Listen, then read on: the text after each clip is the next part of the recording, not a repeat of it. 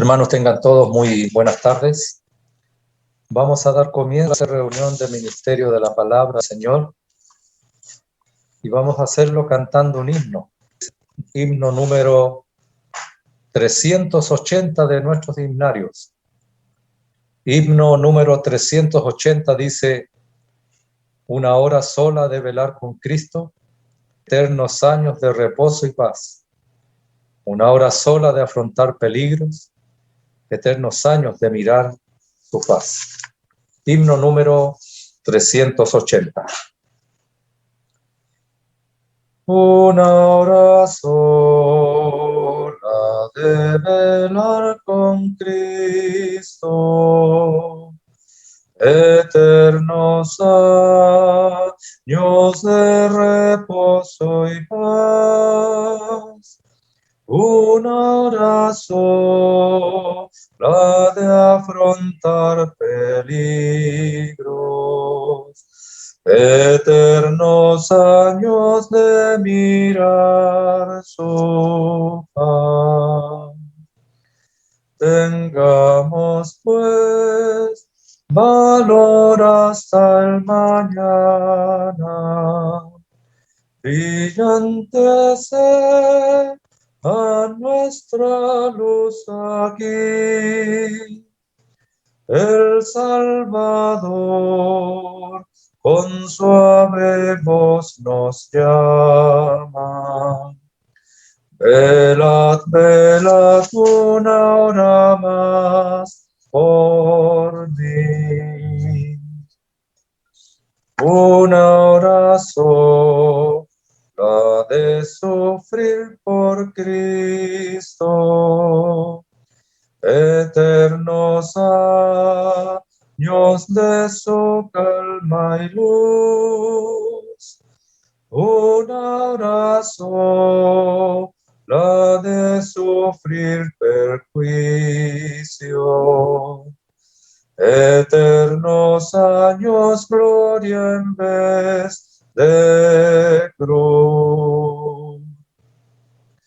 Tengamos pues valor hasta el mañana, brillante sea a nuestra luz aquí.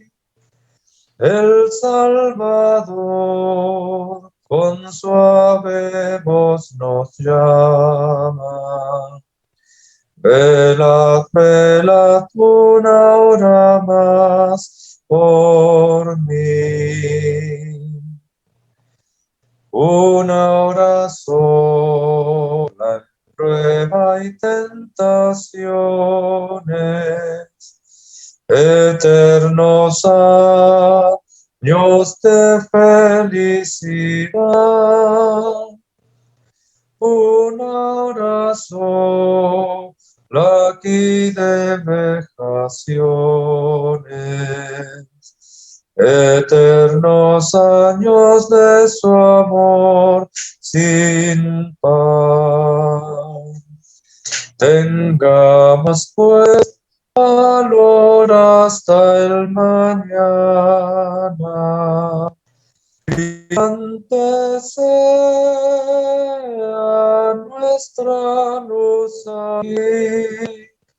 El Salvador con suave voz nos llama. Velad, velad una hora más por mí.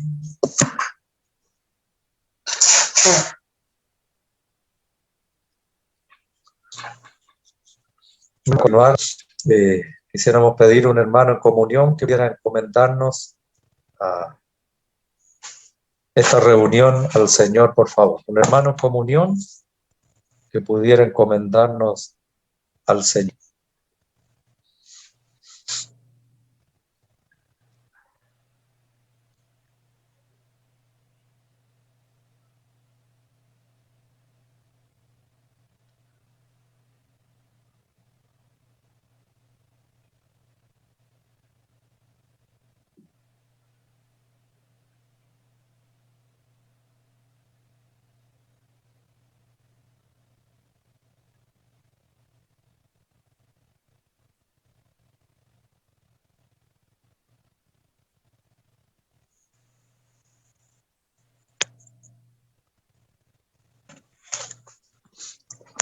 Oremos, hermanos.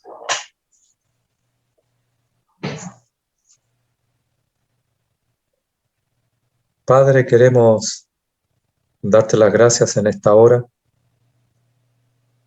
ya al casi concluir este día que tú nos has regalado, Padre, en el cual hemos visto tu ayuda, tu guía, tu dirección. Y Padre, te agradecemos todo lo que tú has hecho a favor nuestro en este día. Pero también, Padre, queremos pedirte tu ayuda ahora para poder hablar de tu palabra, para poder inquirir en ella. Padre, reconocemos que somos totalmente incapaces si no es el Espíritu Santo que nos guíe y que nos enseñe y nos dirija. Padre, es algo tan grande tu palabra, es tan profunda. Y Padre, queremos suplicarte en esta hora para que tú dirijas esta reunión y toda reunión en todo lugar donde los tuyos habrán de levantarse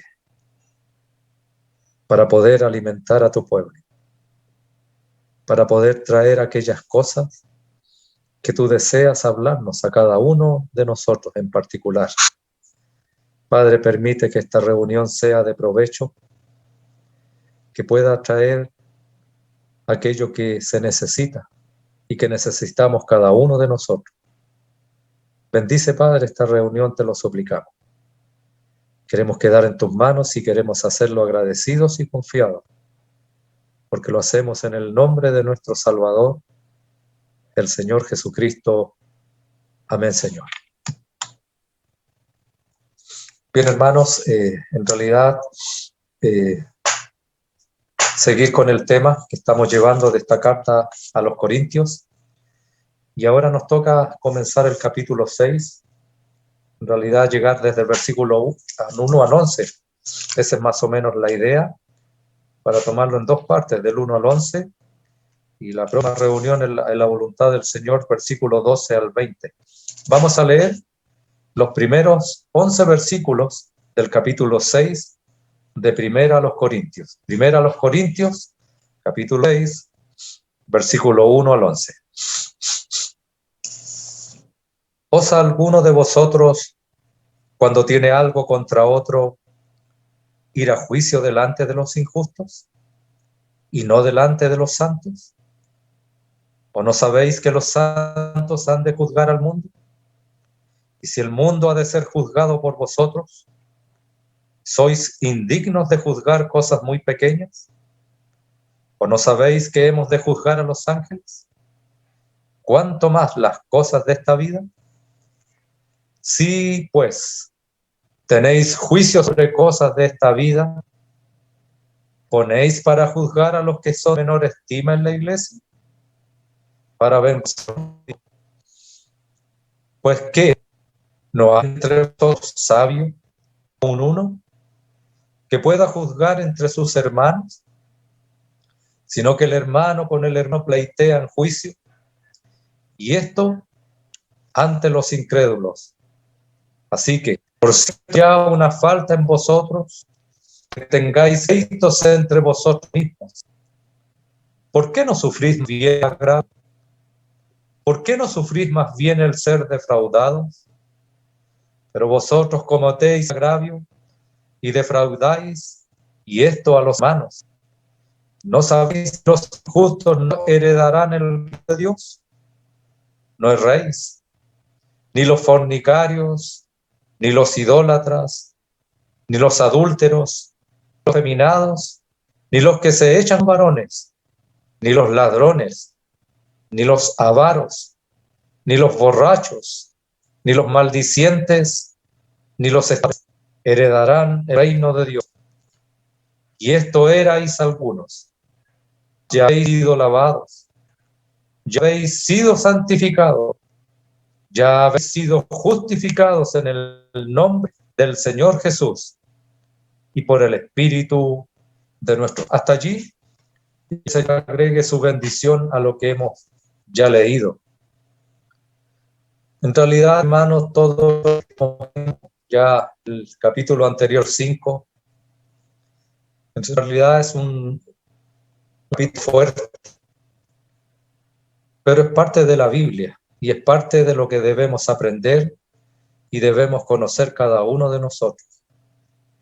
Aquí Pablo sigue la enseñanza respecto a la santidad de la asamblea en este capítulo 6. Respecto a la santidad de la asamblea, tras haber mostrado en realidad la necesidad de mantenerla tratando con el mal en el capítulo 5, el capítulo anterior. Ahora Pablo pasa a la cuestión de los litigios. Esto está en versículos 1 al 11 que hemos leído. En los versículos 1 al 3, allí reprende la práctica de ellos de llevarse unos a otros ante los tribunales. Los versículos 4 y 8 anuncia tal insensatez. En los versículos 9 y 11 les pide que se detengan y reflexionen acerca de su conducta a la luz de su posición en Cristo. Habremos de mirar, hermanos, los versículos estos del 1 al 11. Versículo 1 dice: ¿osa alguno de vosotros, cuando tiene algo contra otro, ir a juicio delante de los injustos y no delante de los santos? Aquí Pablo se siente profundamente estremecido ante el hecho de que un cristiano estuviese llevando a otro a tribunales, buscando reparación con una completa falta de vergüenza. Esta acción era una afrenta a Dios y a la asamblea, y queda aquí, hermanos, prohibida. El término injustos que aparece en este versículo no significa que los jueces incrédulos que sentenciaban lo hicieran injustamente, sino que los jueces mismos no eran creyentes. Pablo insiste en que todas las cuestiones objeto de disputa entre creyentes debían ser oídas y decididas por los santos. Es totalmente desacertado que expongan sus diferencias en un foro abierto. Es como que pudiéramos pasear y decir que laven la ropa sucia fuera de casa.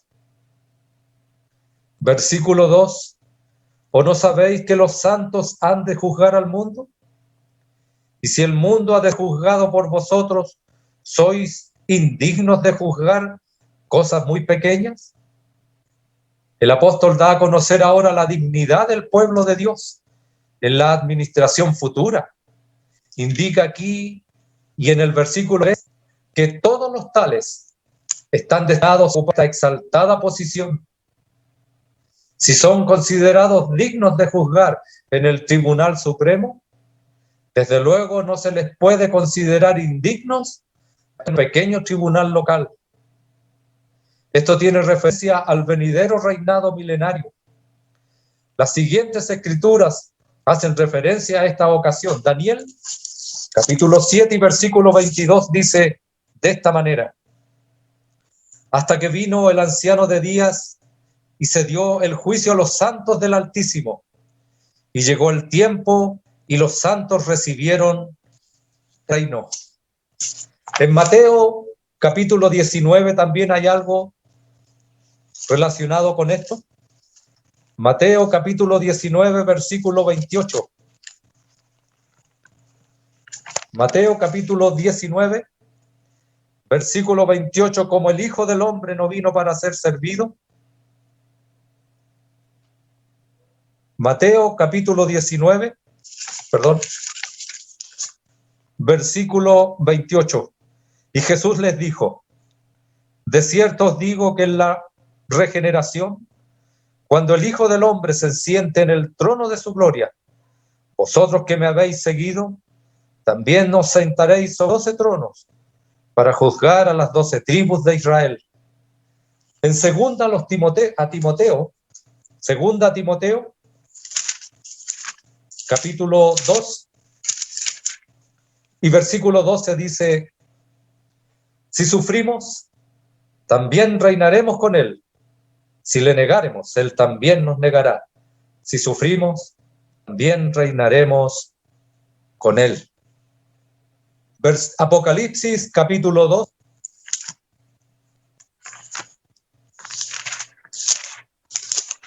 Y versículo 26 y 27. Al que venciere y guardare mis obras hasta el fin, yo le daré autoridad sobre las naciones, y las regirá con vara de hierro, y serán quebradas como vasos de alfarero, como yo también la he recibido de mi Padre. Capítulo 3, versículo 21. Al que venciere, le daré que se siente conmigo en mi trono, así como yo he vencido y me he sentado con mi Padre en su trono. Capítulo 20 de esta misma carta, versículo 4. Y vi tronos, y se sentaron sobre ellos los que recibieron facultad de juzgar. Y vi las almas de los decapitados por causa del testimonio de Jesús y por la palabra de Dios, los que habían adorado a la bestia ni a su imagen, y que no recibieron la marca en sus frentes ni en sus manos, y vivieron y reinaron con Cristo 1000 años. Hermanos, al mirar estas escrituras, podríamos decir qué concepto más inmenso. Estar asociado con el Señor Jesús, que como Hijo del Hombre ha sido designado como el juez divino, como lo dice en Juan, capítulo 5 y versículo 27.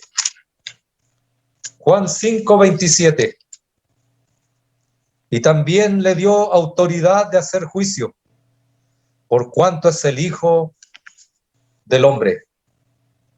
Hermanos, ¿qué asunto ha de ser considerado aquí como trivial en comparación con la grandeza del futuro?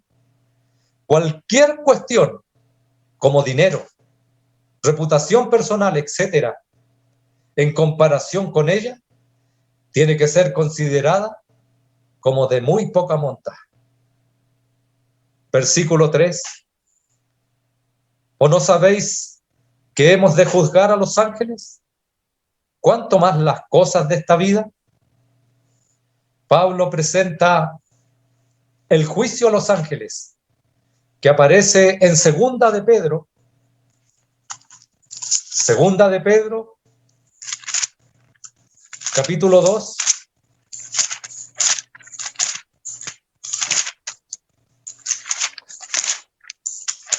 Segunda de Pedro, capítulo 2, versículo 4. Porque si Dios no perdonó a los ángeles que pecaron, sino que arrojándolos al infierno los entregó a prisiones de oscuridad para ser reservados al juicio. Y también en Judas leemos Judas 1:6.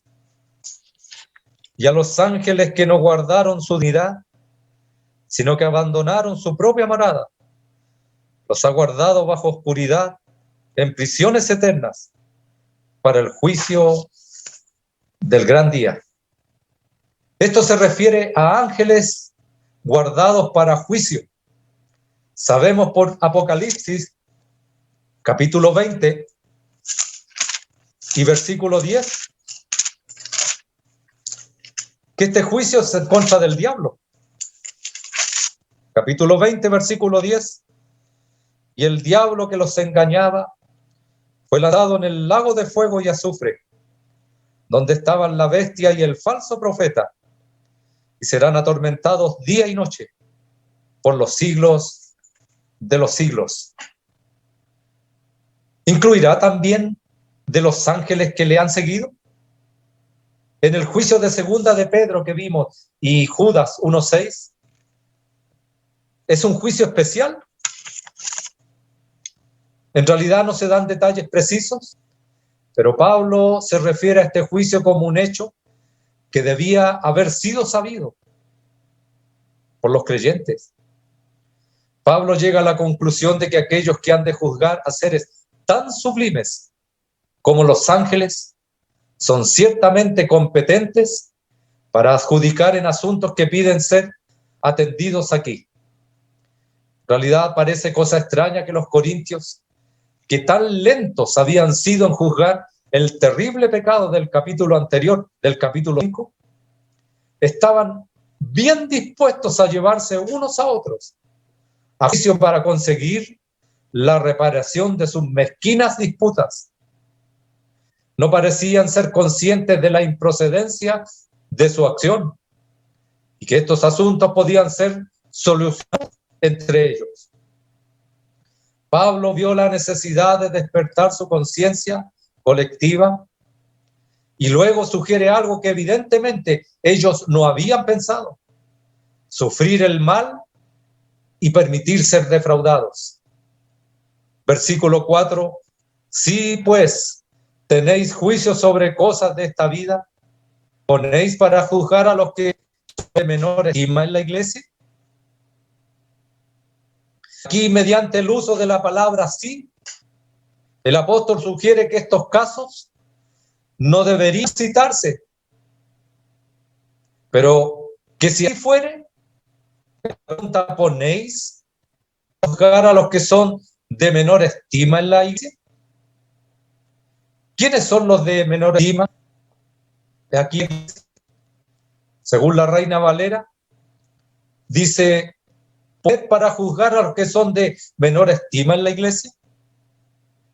Mediante el uso de este imperativo irónico que hace Pablo, está diciendo que los santos están capacitados para juzgar el mundo y los ángeles, y que el menor de todos ellos debería estar en condiciones de decidir estas cuestiones tan triviales.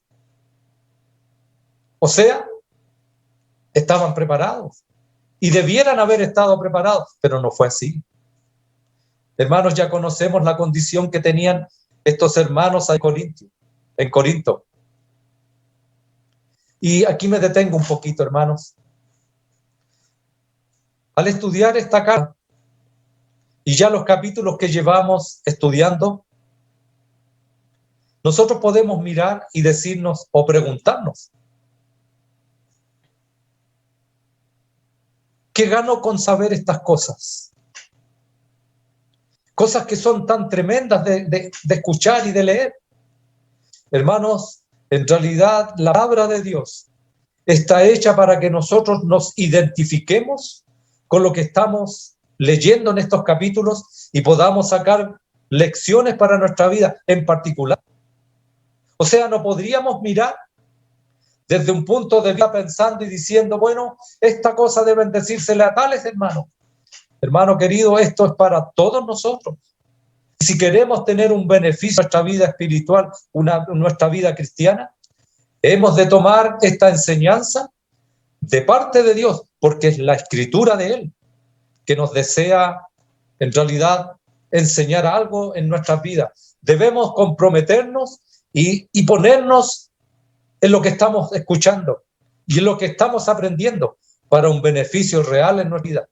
No mirar solamente hacia afuera y darnos fuera nosotros. Sencillamente debemos mirar estas cosas, aprender cosas delicadas, cosas difíciles, pero como parte también de nuestra vida cristiana.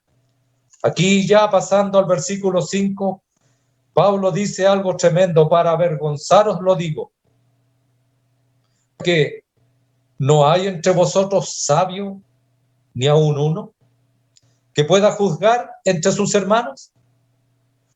Aquí Pablo lo que desea producir en ellos es un sentimiento de vergüenza.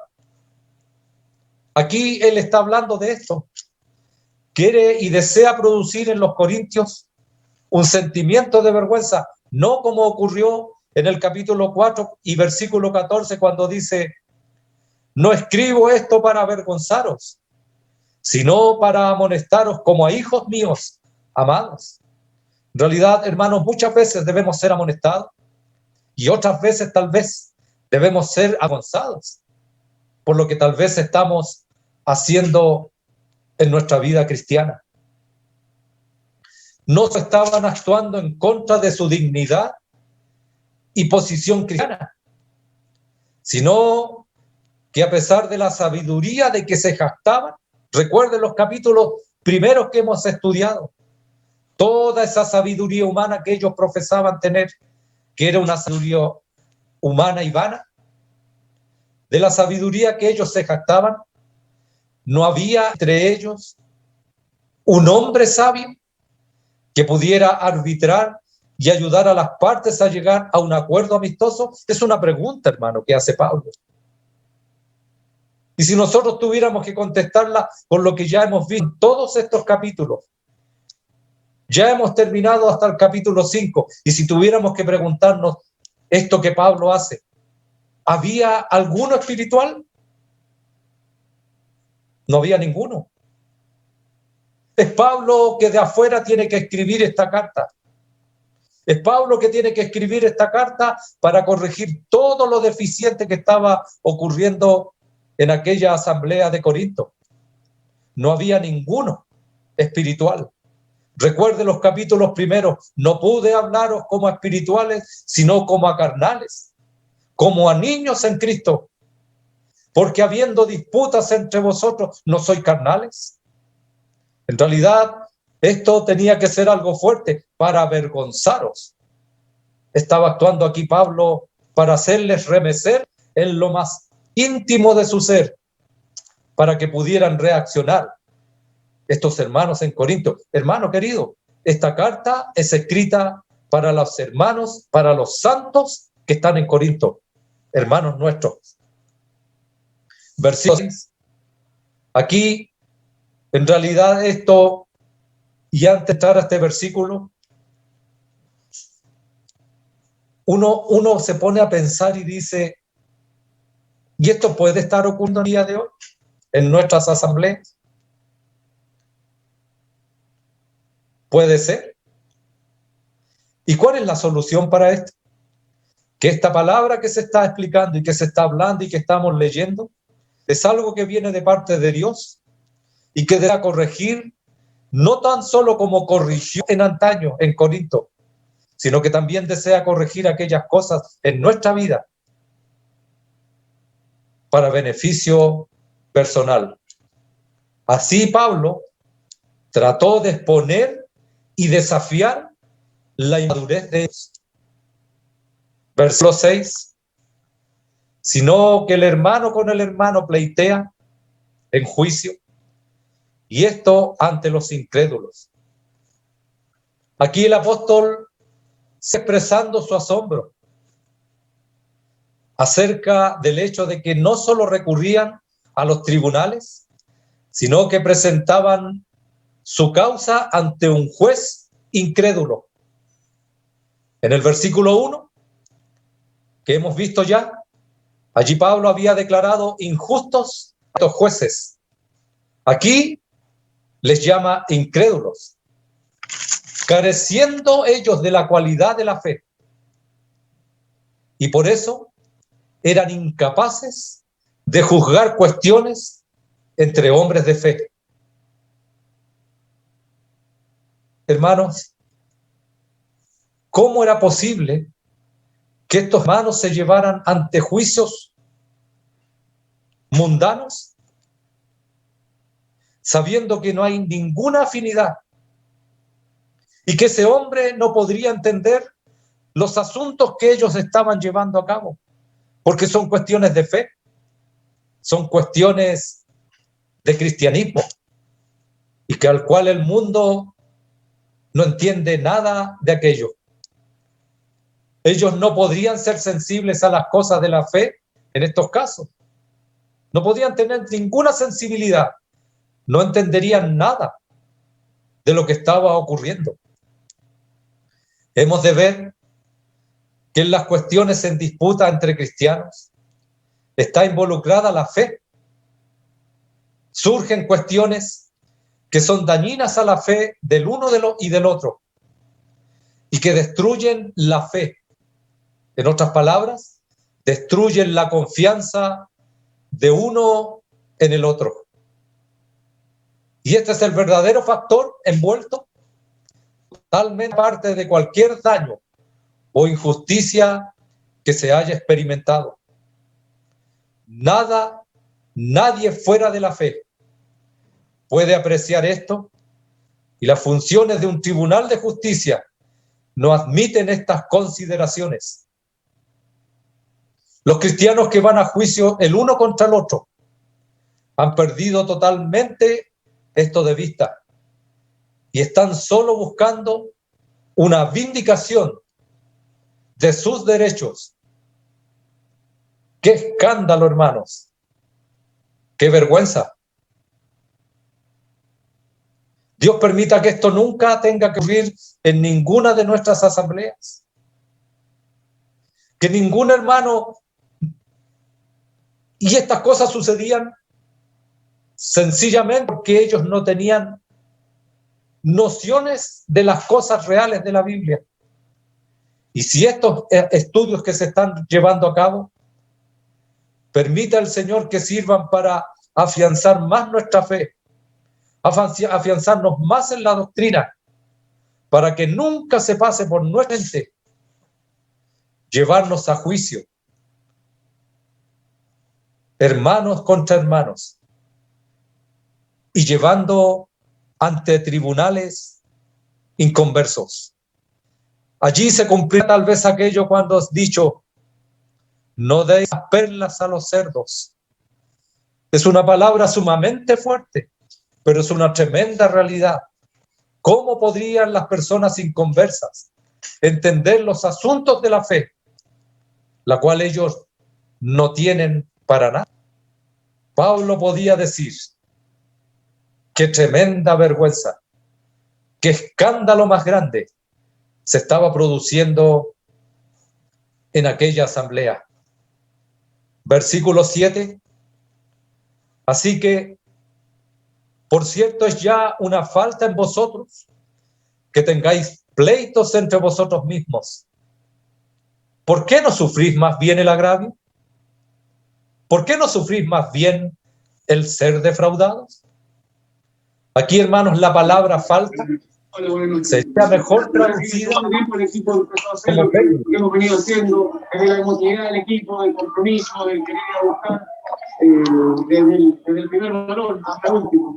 Al final terminamos consiguiéndolo porque el equipo nunca dejó de creer, nunca dejó de buscar un equipo valiente en el segundo tiempo. Corregir lo del primero. Fue un equipo largo, dejamos mucho espacio. Y me parece que ahí no tiene un tema más. Pero pasamos a ver así como lo que se vio en la primera con Jaime.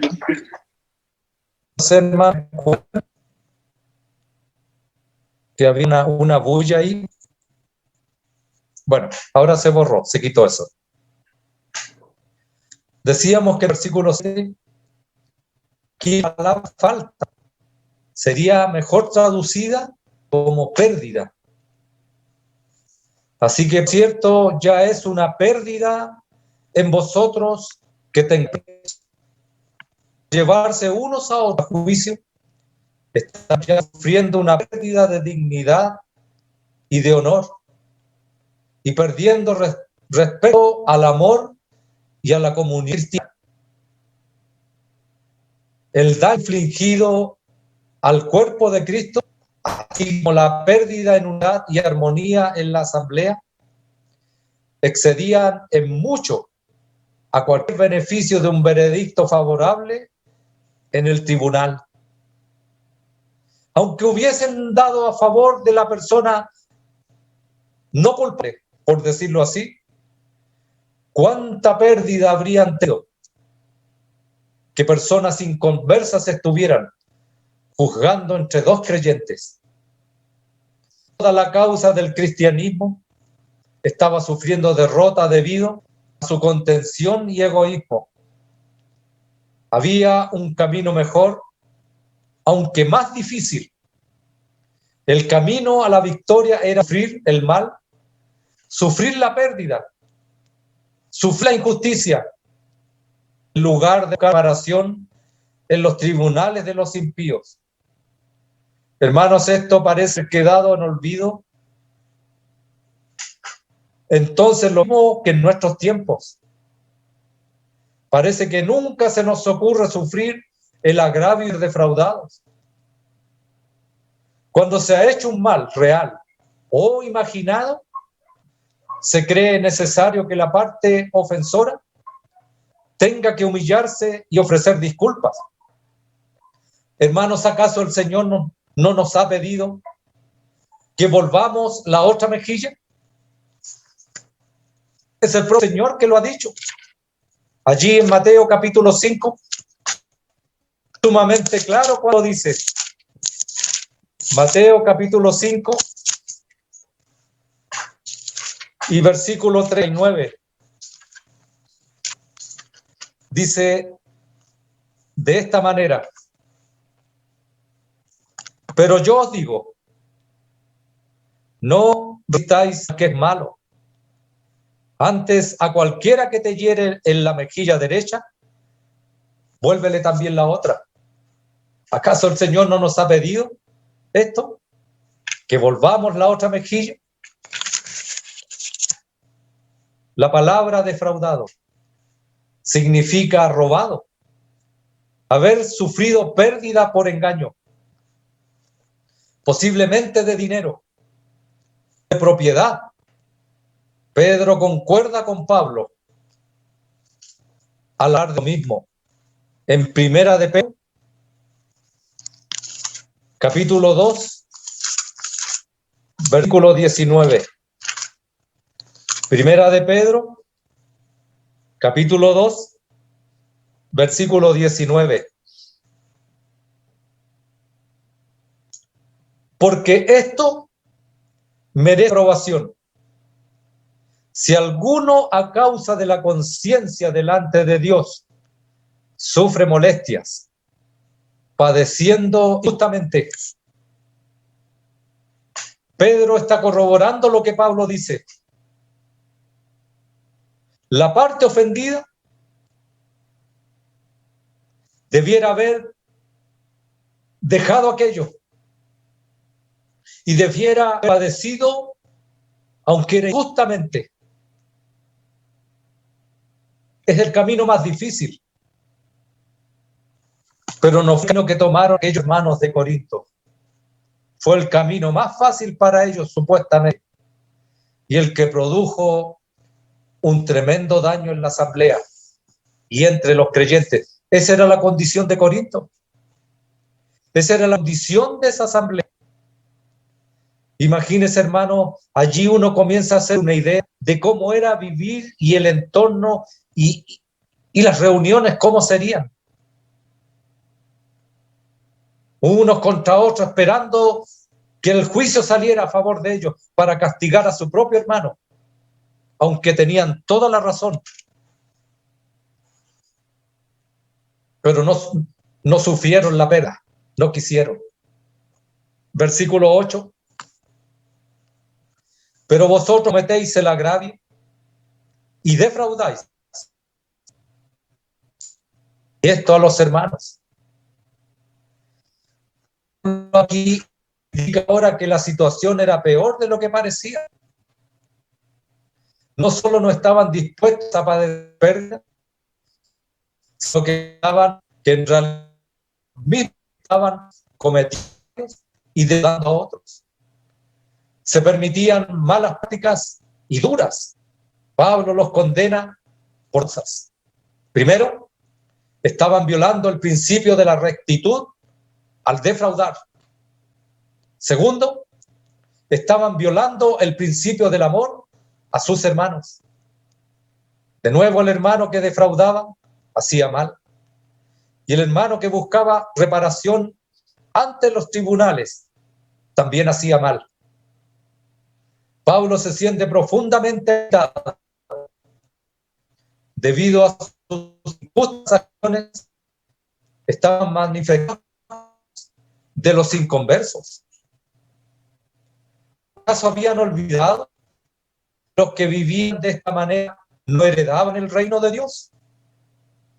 Todas esas acciones debieran haber desaparecido cuando se convirtieron en cristianos.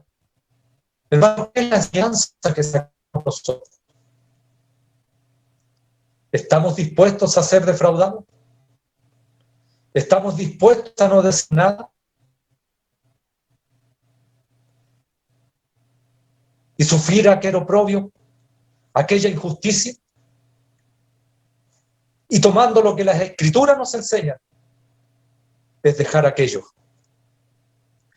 Hermanos, esto yo creo que no es lejano a todos nosotros. El que nos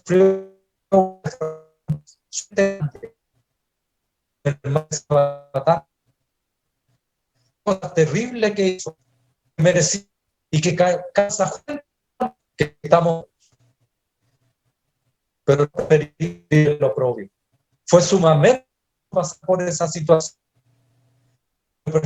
pasar el oprobio. Preferimos pasar la pérdida, la fundación,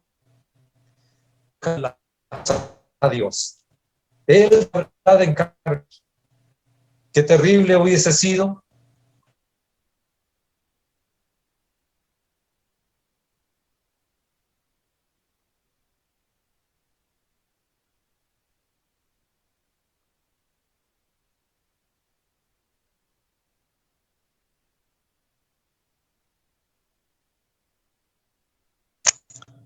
allí. ¿Se escucha? Se cortó hace poquito. ¿Me escuchan ahora, cierto? Bien. Versículos 9 y 10. ¿No sabéis que los injustos no heredarán el reino de Dios? ¿No veis? Ni los fornicarios, ni los idólatras, ni los adúlteros, ni los afeminados, ni los que se echan con varones, ni los ladrones, ni los avaros, ni los borrachos, ni los maldicientes, ni los estafadores heredarán el reino de Dios. Pablo da ahora una lista de los terribles pecados que caracterizaban al mundo que estaba rodeada la asamblea de Corinto. Es una lista de 10 pecados que representaban de una manera plena la depravada atmósfera de Corinto. Y añade 4 a la lista, capítulo 5 y versículo 11. De modo que miraremos esto. Adúlteros, ¿quiénes son ellos? Los que profanaban el lecho conyugal. Este crimen tan corriente en la actualidad conlleva un castigo especial. Véase o miremos en Hebreos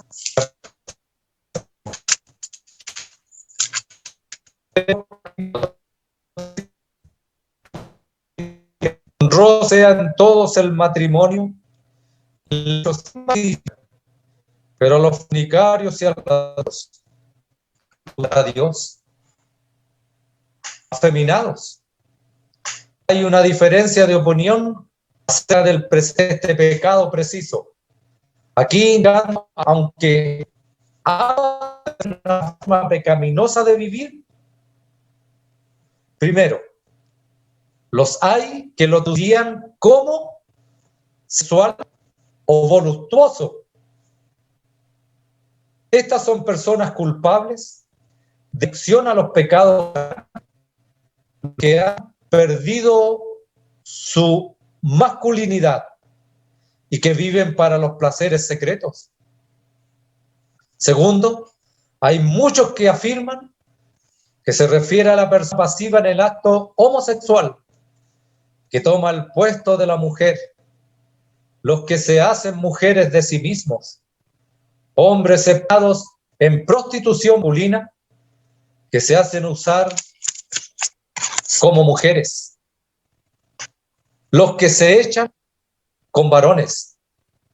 Esto se refiere a homosexuales.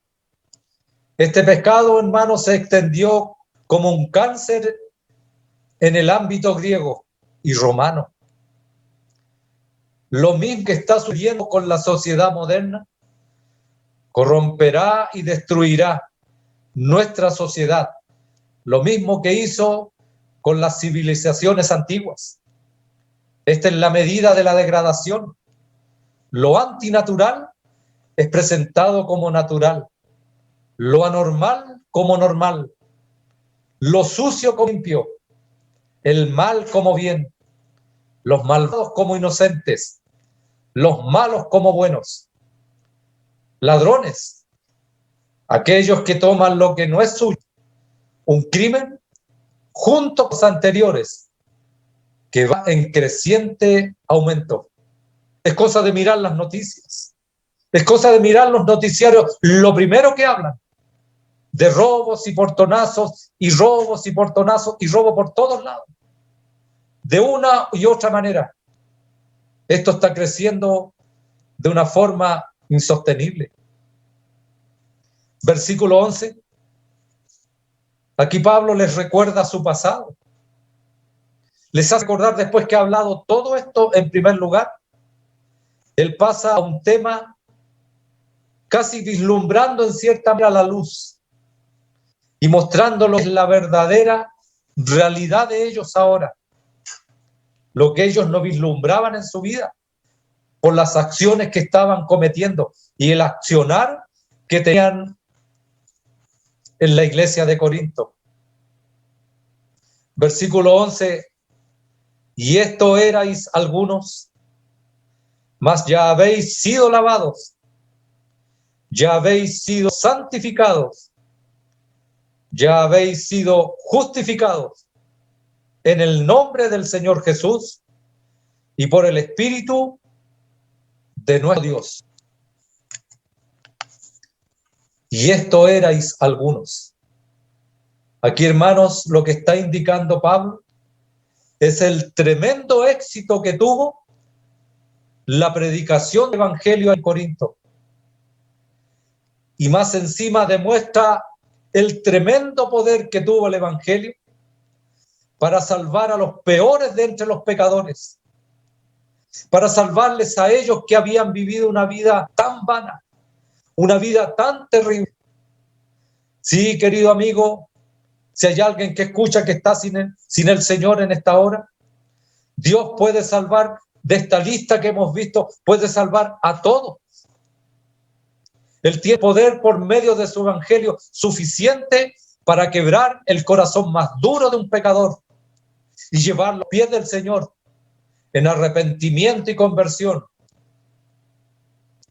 y que pueda depositar su fe en el Señor Jesucristo. Y esto erais algunos. Indica allí Pablo el éxito y el poder que tuvo aquel bendito evangelio para salvar a los pobres de entre los pecadores. Aquí estas tres palabras que aparecen exponen la posición actual delante de Dios de aquellos pecadores tan terribles que habían sido salvados por medio del evangelio allí en Corinto, lavados. Se refiere a ser limpiados de sus pecados. Lavados, han sido limpios de todos sus pecados por completo. Dice la palabra del Señor en Apocalipsis capítulo 1 y versículo 5. Y de Jesucristo el testigo fiel, el primogénito de los muertos y el soberano de los reyes de la tierra, al que nos amó y nos lavó de nuestros pecados con su sangre. Esto nos habla de la cruz de Cristo. Esto nos habla de lo que ocurrió en aquel lugar de la calavera, en aquel monte donde fue crucificado nuestro bendito Salvador. Si el mensaje del Evangelio tiene que ver con lo que ocurrió en la cruz del Calvario, donde Cristo murió por nuestros pecados, al que nos amó y nos lavó de nuestros pecados con su sangre. No solamente habían sido lavados los corintios, sino que también habían sido santificados. Esto significa que habían sido separados para Dios. Era esto mediante un acto divino. ¿Cuál es la manera que Pablo comienza escribiendo esta carta a los corintios?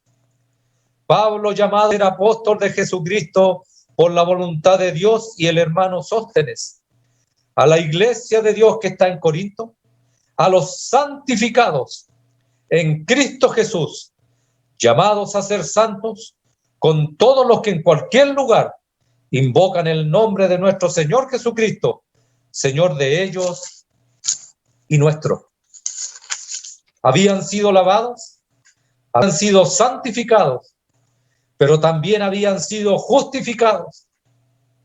Habían sido absueltos de toda acusación y habían sido declarados justos por Dios. Estas tres condiciones eran las que ellos tenían, pero que estaban viviendo ya totalmente diferente a una realidad que ellos ya poseían y tenían. Habían sido lavados, santificados y justificados. Estas tres cosas estuvieron en conexión con el nombre del Señor Jesucristo, porque fue esta gloriosa persona quien cumplió la obra que hizo todo esto posible. Su nombre significa todo lo que Él es y lo que ha hecho.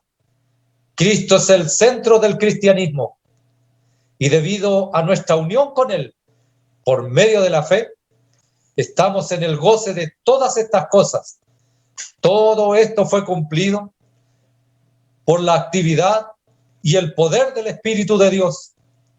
Observemos que se hace mención aquí, hermanos, también a la doctrina de la Trinidad al designar a las tres personas de la edad. Termina el versículo 11 diciendo: y esto erais algunos, mas ya habéis sido lavados, ya habéis sido santificados, ya habéis sido justificados en el nombre del Señor Jesús, la primera persona, y por el Espíritu, la segunda, de nuestro Dios, la Trinidad completa. Así que, hermanos, al mirar estos 11 versículos, podemos pensar, ya lo está mostrando en realidad, les está haciendo recapacitar en base a las Escrituras, para que entiendan de una vez por todas, de la manera que están viviendo tan errada, siendo que tienen tanto a su favor, siendo privilegiados por haber sido lavados por el Señor Jesucristo, por haber sido justificados por Dios mediante un acto divino de Él, han sido justificados, que han sido de toda acusación y que han sido declarados justos y se estaban llevando a tribunales humanos.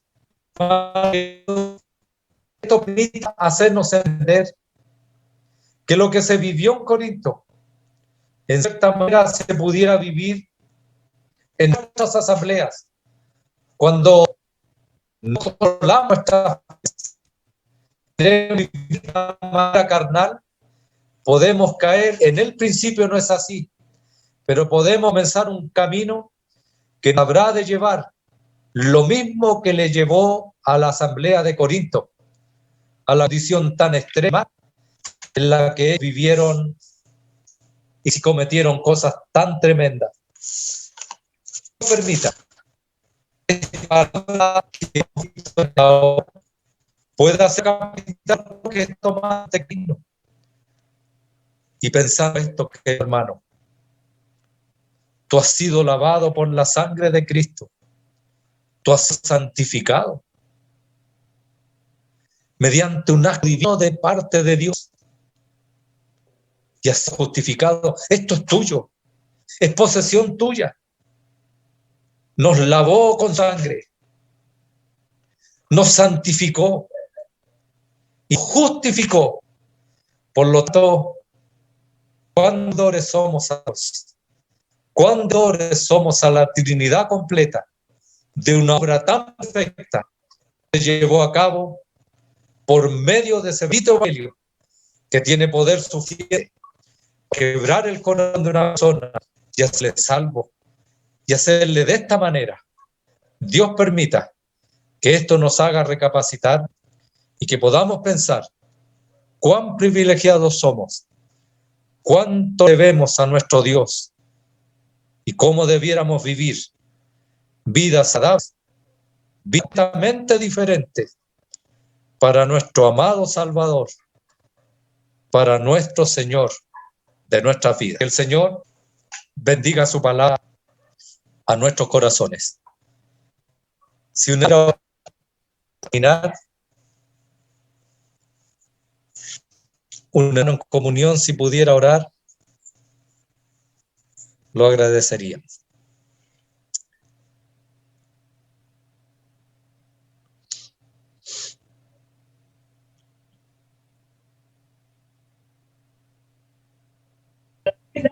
¿Se escucha? Sí, sí, hermano.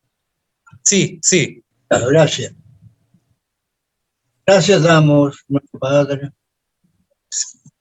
porque en tu buena voluntad tú nos das tu palabra, y tu palabra nos hace pensar muchas cosas.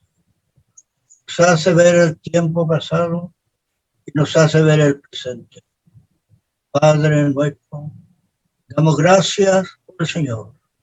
Damos gracias por tu Santo Espíritu y damos gracias por tu palabra. Tu palabra que da vida, tu palabra que da esperanza, tu palabra que es de bien para nuestras vidas, Padre. Bendícela tú y bendice también a tu Hijo que es puesto. Bendice aquella pequeña asamblea y ayuda a nuestros hermanos. Dale aliento cada día. Anímalos para que sigan adelante, dándoles tú la esperanza de que pronto, hermanos, habrán nuevos clientes que colaboren también. Ayúdalos, Padre, bendícelos. Nos encomendamos a ti y te damos las gracias en nombre del Señor. Amén. Amén, Señor. Muchas gracias, hermanos. Bueno, solamente nos queda decir que nuestra próxima reunión es el domingo a las 8 de la noche, predicación del Evangelio. También da avisos, don Luis, conversé con él hoy día, don Luisa, que es el otro hermano acá en Quintero, que ustedes ya lo han visto en reuniones anteriores. Bueno, él ya cumplió su primera operación el lunes de su primer ojo.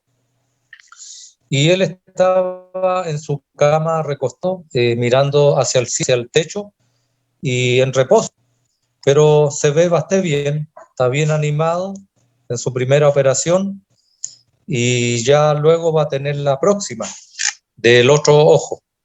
Y ya terminando la operación del ojo, de los dos, él dice que más o menos en octubre ya tendrían que operarle de la operación más grande, que es su cadera, donde van a poner un implante de la parte de la cadera para que él pueda caminar bien. Así que seguir orando por nuestro hermano don Luis Beiza, por sus operaciones, y por otro hermano, por Juanito de la asamblea de allá de Conchalí, que está con cáncer en grado 4, decían, los hermanos contaban.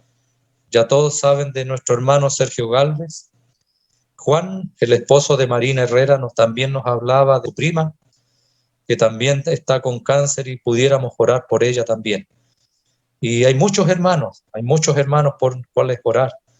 Ya sabemos que hay hermanos allá en la Florida de Talca, acá en Quintero y en todas nuestras asambleas. Así que seguir orando por todos los hermanos y que tanto lo necesitan. Así que, hermanos, queremos agradecer a todos la compañía de hoy. Don Pedro, ¿desea decir algo? Adelante, sí. Hermano, la mamá de nuestro hermano Carlos Roberto Bustamante tiene una enfermedad que no la sabemos bien, pero es de cuidado. Tenemos que estar orando. Anoche se pidió la oración en nuestra asamblea y le encargo también a ustedes. Por favor, oren por ella. Muy bien. Sí, por agregar a la tía Ligia. Nosotros le decimos sí por cariño. A la tía Ligia, la mamá de Roberto y de su esposo, don Roberto. Así que agregar bien aquello. Hay harta necesidad, hermanos, de orar por los unos por los otros. Bien, hermano, estamos, yo en realidad no puedo ver bien porque estamos con el computador arreglando una cosa, estamos con el celular, pero solamente alcanzo a ver que hay 11 participantes, y agradecerle en particular a cada uno de hermanos que has contado en este día. Así que, hermanos, sin más decir, podemos, si usted desea alguien agregar algo, podría hacerlo. Este es el momento para hacerlo, de decir algo o saludarse o despedirse. Así que, hermanos, eso es por nuestra parte.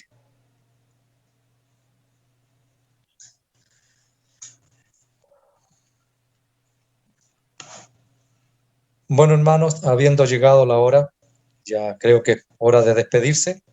Nuevamente, gracias a todos los hermanos que pudieron conectar en esta noche. Así que, hermanos, buenas noches, don Pro. Buenas noches.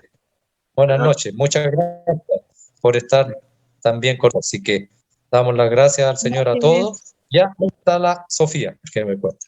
La Sofía, la tía Lili.